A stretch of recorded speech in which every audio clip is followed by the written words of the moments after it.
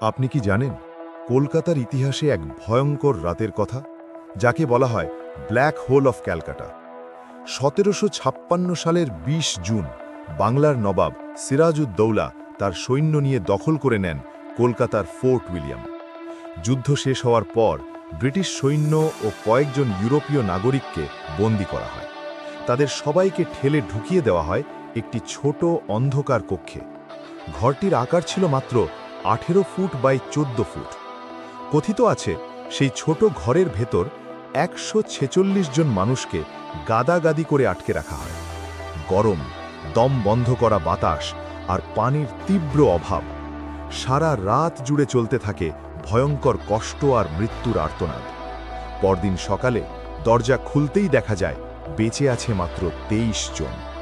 ইতিহাসে এই ঘটনাই পরিচিত ব্ল্যাক হোল অফ ক্যালকাটা নামে। তবে আজও অনেক ইতিহাসবিদ প্রশ্ন তোলেন, এই গল্প কি সত্যি এতটা ভয়ঙ্কর ছিল, নাকি এটি ছিল ব্রিটিশদের বাড়িয়ে বলা একটি কাহিনী?